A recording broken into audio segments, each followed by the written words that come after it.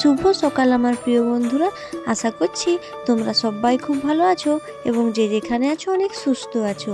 বাঁকুড়া জেলার ছোট্ট একটি গ্রাম থেকে আমি পূজা, আমার ব্লগ চ্যানেলে তোমাদের সবাইকে অনেক অনেক ওয়েলকাম, অনেক অনেক ভালোবাসা।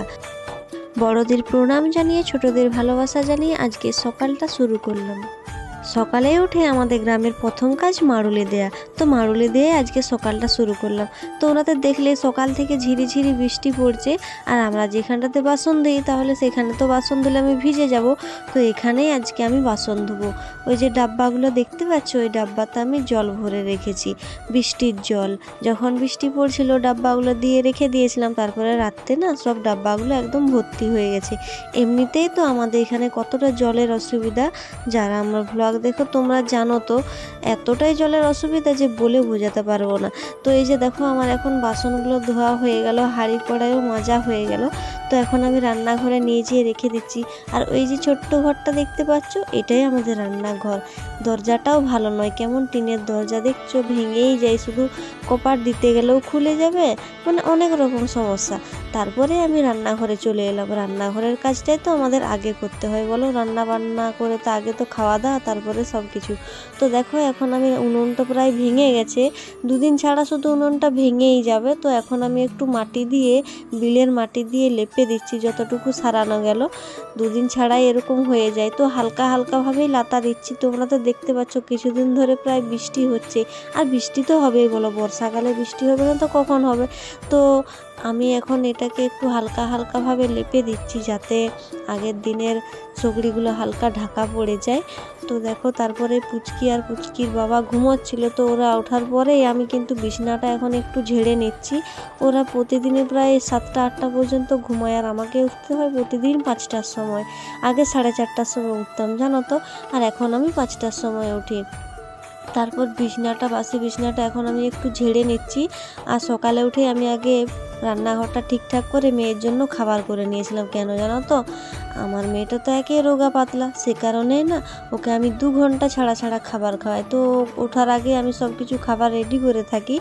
এখন ঘুম থেকে ওঠার পরে ওকে খাইয়ে দিয়ে তারপরে বিছানাটা পরিষ্কার করতে এসেছি, কোনো চাপ নেই। তো সে কারণে আমি আগে খাওয়ালাম, তারপরে কিছু কাজ হোক নাই হোক আমি আগে ওকে খাবার খাওয়াই, তারপরে যা কাজ হবে হবে। তো এখন আমি এই ড্রেসিং টেবিলটা একটু পরিষ্কার করে নিচ্ছি। সব দিন পরিষ্কার করা সম্ভব হয়নি, আজকে রবিবার তো সে কারণে টিউশন নেই সকালে, তাহলে আমি একটু ফাঁকা ছিলাম। তো ভাবছি ঘরের ভেতরের কাজগুলো একটু সেরে নিই, কারণ সব দিন এগুলো পরিষ্কার করতে পারিনি।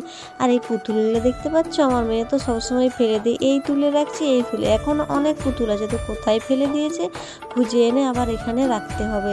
আমার মেয়েটাকে নিয়ে সব দিন একা থাকি, অনেক কষ্টের দিন যায়। কোনো দিন তো ভালোভাবে রান্না করতেও পারিনি, যখন ও ঘুমায় তখন রান্না করি, আর যদি ঘুমাতে ঘুমাতে রান্না করি তাহলে আর সেদিন শর্ট ভিডিও বানানো হয়নি। আর যেদিন বর থাকে সেদিন ভিডিও বানানো হয়, সেদিন মেয়েকেও যখন দেখে তখন আমি রান্না করে নিই আর ওকে ঘুম করিয়ে দিয়ে তারপরে ভিডিও বানাই, আর বর আমাকে ভিডিও ধরে দেয়।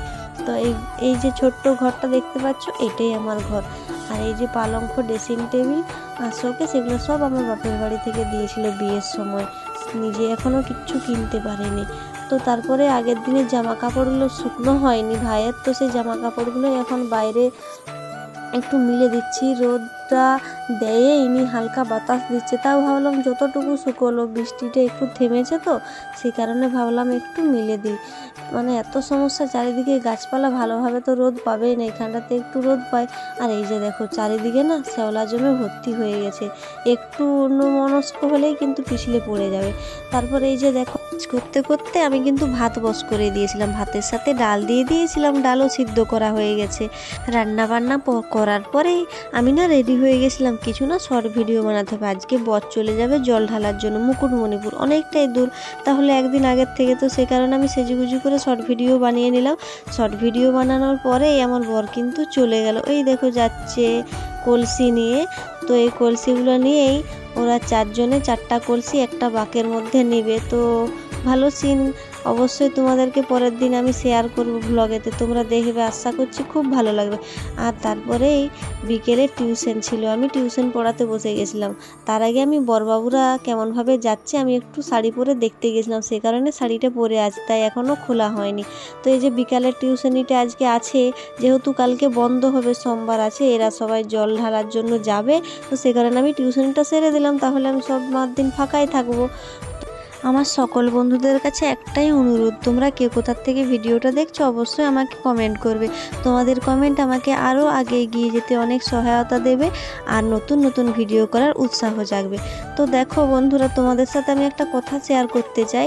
আমি যে ভিডিও বানাই তার জন্য কি আমি অশিক্ষিত? মানে অনেক মানুষ এই কথাটা বলে যে ভিডিও বানাইলে অশিক্ষিত, অনেক নানা ধরনের কথা শুনতে হয়। যাই হোক, টিউশন পড়ানোর পরে আমার মেয়েকে একটু পড়াতে বসে গিয়েছিলাম সন্ধ্যার দিকে, সন্ধ্যা টন্ধা দেখানো হয়ে গেছে। সন্ধ্যা দেখানোর পর মেয়েকে খাবার খাইয়ে একটু পড়তে বসেছি। যেহেতু 2 বছর 3 মাসের মতো বয়স হয়ে গেছে, কথা বলতে শিখে গেছে, তো আমি পড়াশোনা প্রায় 1.5 বছর বয়স থেকে মেয়েকে শেখানো শুরু করে দিয়েছি। শুধু পড়াশোনা নয়, পড়াশোনার পাশাপাশি ড্রয়িং করা, তারপরে নাচ করা, এই 3টা জিনিস ওকে আমি এখন শেখাচ্ছি। মানে আসলে কি জানো তো, অনেকেই বলে যে নাচ করলে নাকি পড়াশোনা হয় না, কিন্তু তারা হয়তো জানে না, হয়তো তাদের জীবনে এটা হয় যে তারা নাচ করলে হয়তো পড়াশোনা হয়নি। কিন্তু কি জানো বন্ধুরা, আমি নিজে একটা জ্বলন্ত প্রমাণ যে নাচ করলেও পড়াশোনা হয়। আমি মাস্টার ডিগ্রি করেছি, তা বলে কি আমার পড়াশোনা হয়নি? পড়াশোনার সাথে নাচটাও চালিয়ে গিয়েছি। আরও অনেক কিছু ঘটনা আছে, তোমাদের সাথে অন্য একদিন শেয়ার করব আমি সব কিছু। তো মেয়েকে পড়ানোর পরেই খাইয়ে দাইয়ে আবার ঘুম পাড়িয়ে দিয়ে আমার কিছু মানুষ সেলাই করতে দিয়ে গেছিলো, তো সেই সেলাইগুলো তো সেরে রাখতে হবে, পরের দিন আনতে আসবে। তো সেলাইয়ের কাজটা আমি প্রতিদিন না রাত জেগেই করি, কোনো দিন রাত 12টাও বেজে যায়, এরকম হয়।